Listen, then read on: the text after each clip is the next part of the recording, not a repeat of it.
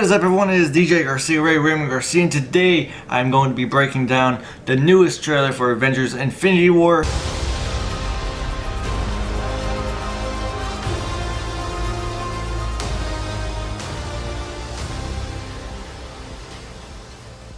Just came out a few hours ago. I woke up early just to watch it, and I've been up ever since because I've just been watching it on repeat. My reaction is now uploaded on YouTube, so if you want to watch my reaction to it, I actually have that video uploaded right now, so please go watch it. But if you don't want to watch this entire video, I do have a smaller kind of review on my Twitter at DJ Garcia Ray. It's my pinned tweet. And so, possible spoilers for Black Panther, Guardians, Thor Ragnarok especially.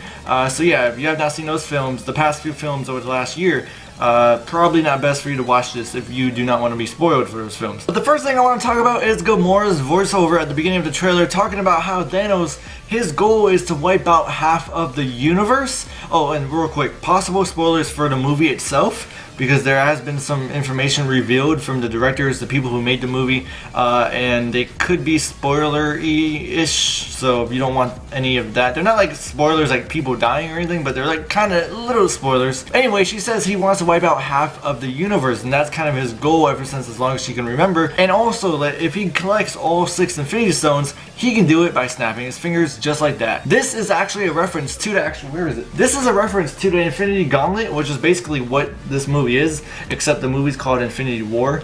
It's actually based off Infinity Gauntlets. In the book, he does collect all 6 stones, and he really does literally snap his fingers, and half the universe erases from existence, like half of it. So like I said, kind of a spoiler, but I don't know if they're gonna do it in the movie. It does happen in the book. In the book though, it's a little different because his motivations are gonna be different in the movie, but in the comic, he's trying to please Death.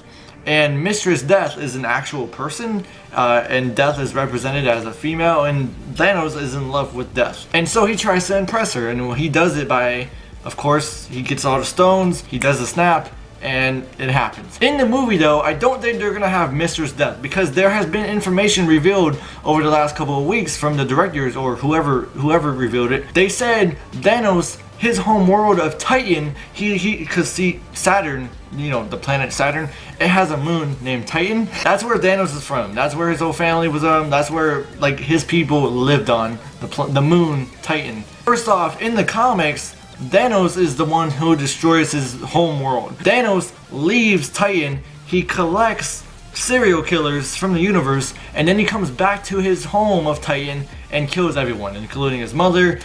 He kills everyone there and slaughters his people on his own planet.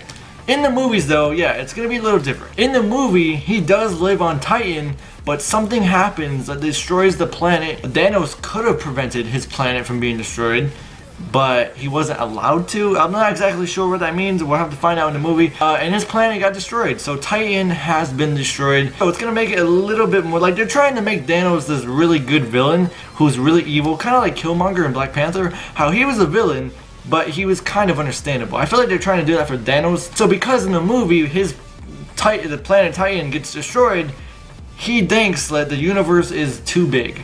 Like, it's too big and it's too dangerous, and his planet just got destroyed because of it somehow. I don't know how. We're gonna have to find out when we watch. But the planet is forever expanding and getting larger and larger, more people, more planets, and I believe it's unbalanced, you know? So he even says, I believe in the voiceover to the trailer, you know, there needs to be a balance. You know, everything's gonna balance out, but in order to do that, you need to get rid of half the universe, and in order to do that, he's collecting all 6 Infinity Stones. So yeah, he does kind of have his reasons in the movie. They kind of explained. It's a little different in the comics. I was kind of hoping Mistress Death would be in this film. The only reason why is because in the comics, the dude's powerful. And when you have all 6 Infinity Stones, you are basically God. Like, in the comics, he defeats gods. Like, he beats them. Like, living gods, you know? He even beats Eternity. Eternity is one of the most powerful in the Marvel Universe. And he beats Eternity. A living being named Eternity. But how is he defeated in the comics? Well, because he's trying to impress Mistress Death, he wants it to seem like he's a really good fighting warrior. And obviously, if he has the Infinity Stones, he can literally just kill anyone he wants with a snap of his fingers. But because he's trying to get Death to like him, he allows the Avengers a slight chance of winning, you know, because he wants it to make it seem like he's fighting the Avengers for real. And you know, kind of make it seem like he's getting beat up, he's getting hit, but he knows eventually at the end of the day he's gonna win. But he wants it to make it seem like he is fighting for his victory and like he earned it. That way Death will like him a little bit more, instead of him just like easily defeating everybody, because Death wouldn't be impressed by that. So basically that was his mistake. That's how he lost. Like, he allowed the Avengers a slight chance of winning in order to impress Death, but that was ultimately his mistake because he eventually did lose the gauntlet in a way. In the movie though, again, Death is not in this movie, so I'm kind of worried. How are they going to defeat him when he's not going to give them a slight chance of winning? You know, he's not trying to impress anyone. So I'm kind of a little like, okay, hopefully it's a good way. I don't want him to just be defeated easily or stupidly. Like, it has to be a really good way of him getting defeated, hopefully, you know. So yeah, you know, I trust the Russo brothers, so we'll see. So Gamora mentioning the snap, that really is a thing that happened in the book, and that's what they're trying to prevent from doing the snap. I would be freaked out. I swear to God, if they do it in the movie, I'm gonna lose my shit, because if they do it, that's such a huge moment from the book. I'm like, I would lose my mind if he actually did it. Also in the trailer, Tony Stark mentions Thanos. We know what he's coming for. He's coming for the stones. They're like, okay, Thanos is gonna come to us no matter what. Like, we don't have to go find him. Thanos will come to us. So we might as well go to a place that's very protected, very powerful. That way when he does come to us, we are ready to attack him and basically have him come to our home turf. Which is why they go to Wakanda. It is kind of the most protected place on Earth and the most powerful place on Earth because they vibranium. And so they're keeping Vision safe because they know Thanos is going to come for that damn stone in his head. So they're like, okay, this is where we fight him. Doctor Strange, I don't know. I do think he's going to lose the stone because it's around his neck, because there is a shot in this trailer as well where he's being tortured. It looks like he's being tortured by Ebony Maw. And if you don't know Ebony Maw, I explained this in one of my videos about the Black Order. The Black Order is 4 people, or 4 beings, whatever. They work for Thanos, okay? So the Black Order is really cool, and I also like how we have a shot of them in the trailer, and they look amazing. They look scary, especially Ebony Maw in this shot right here.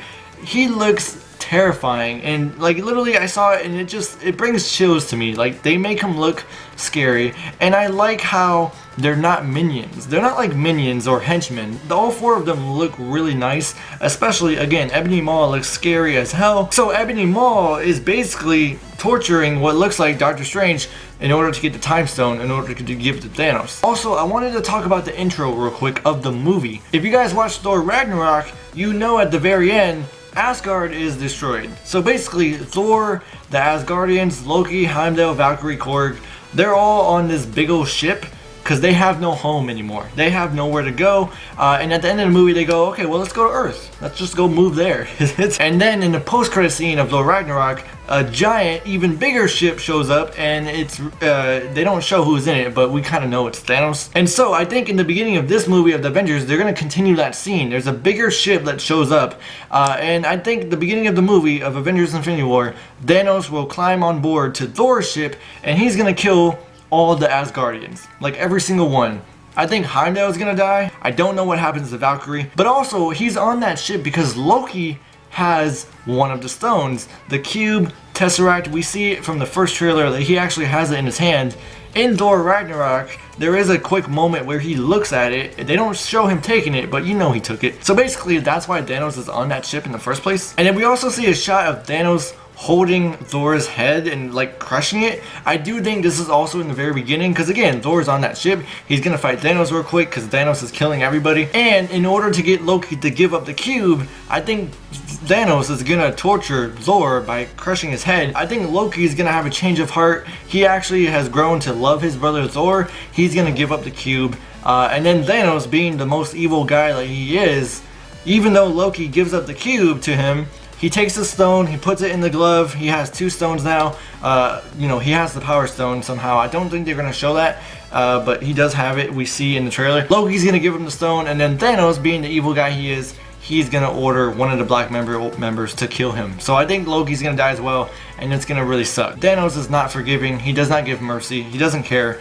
He's gonna kill Loki. So it sucks. That's just me, what I think. So that's gonna be the very beginning. Like that beginning of the movie, it's gonna show us why Thanos is this big bad, and he is evil. Like terrible, like evil. And then we have this shot of Guardians of the Galaxy, because they're in this movie as well. Like everyone's in here. This looks like they're going back to nowhere. And if you guys watched the first movie, they actually go to this severed head in space called Nowhere, and that's where they meet the Collector, and that's where the guy who collects stuff, and they were giving him the orb. It looks like they go back there in order to find the Collector, because the Collector also has an Infinity Stone, except it's not really a stone. He has the Reality Stone, which is more of a liquid from Thor 2. But yeah, so yeah, they're trying to find him before Thanos does, because if Thanos finds him, he's gonna kill him, which he probably does. And then we get to probably the funniest moment, and the moment that every fan has been waiting for. Tony Stark, Drax, Star-Lord, Peter Parker. I mean, Doctor Strange is there in that scene too, maybe not in this exact shot, but he's on that planet as well. We've seen later on in the trailer. And of course, Star-Lord goes, oh, well, you have a good plan, but it sucks. How about you give me time to come up with a better plan? And then we get a shot of the Hulkbuster 2.0. I do believe Bruce Banner is in here. Everyone knows that. Maybe not everyone knows, but everyone has been predicting it. Because if you watch Thor Ragnarok, he's kind of upset that Hulk took over for 2 years. He was in Hulk form for 2 years. And he doesn't want that to happen again. He doesn't want to like lose control, and like what if he never comes back? What if Hulk stays forever next time?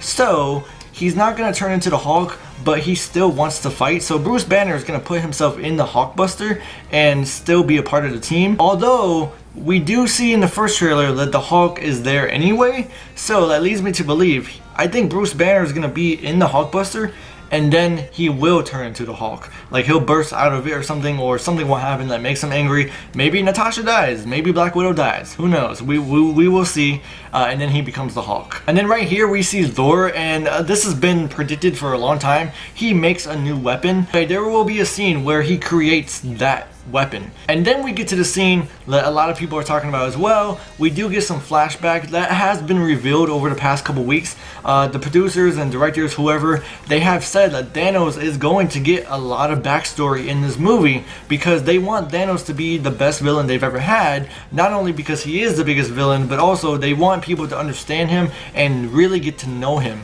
So yeah, this movie is going to focus on Thanos. It's actually not even a movie about our heroes. It is a movie about the villain. And we're also going to get some flashbacks with Gamora, and that is the scene they're talking about, because we do see this little girl, and you can kind of see her hair is kind of reddish and blackish, which is kind of what Gamora looks like, you know, growing up. And we do know, like Gamora said from the first Guardians film, that Thanos killed her parents, her real parents, and took her in and raised her to be this assassin, killer kind of a person, although Gamora does stay good, as we know. So as you can see here, there is a battle going on in Wakanda, and you can kind of see that there are creatures, and these are creatures from the first trailer as well. Those are called Outriders. They're basically these creatures with like 4 or 5 arms. They look like dogs. They look like big ass dogs. Like they look scary. And so they are there landing in Wakanda. So yeah, they're in Wakanda. That's the big old battle. Some people are gonna die in Wakanda as well. Some say Captain America could die in this film, or Bucky. Like, it's really hard to like, I don't know. I also really like this scene right here. Doctor Strange using his powers. He's basically creating these platforms, and then Peter Quill, Star-Lord, he's jumping on those platforms to run across the battlefield. It's really cool. And then we get to the big moment of the trailer is when Thanos tries to like hit Steve Rogers or something, and man, he blocks it. I don't know how he does it, because he really, like, even though he's a little bit better and stronger than an average human because of the formula that he has, this is Thanos, and I don't know how he can just hold that. Like, I don't know. I also told you, though, in the comics, he does give the Avengers a slight chance of winning, so I don't know. Maybe in the film day, he does do that. I don't know what reason he would have to do that, but maybe he does do it in a movie. Maybe he allows them a chance of winning. Maybe it makes him feel better about himself. Who knows? But he does have this big old hand, this big old arm. The animation on it looks actually really good if you look at his arm and shit. But Captain America, Steve Rogers, holds it, and he looks angry, like someone just died, which makes us to believe, that a lot of people think this, that Bucky just got killed, and so maybe Steve Rogers is very angry.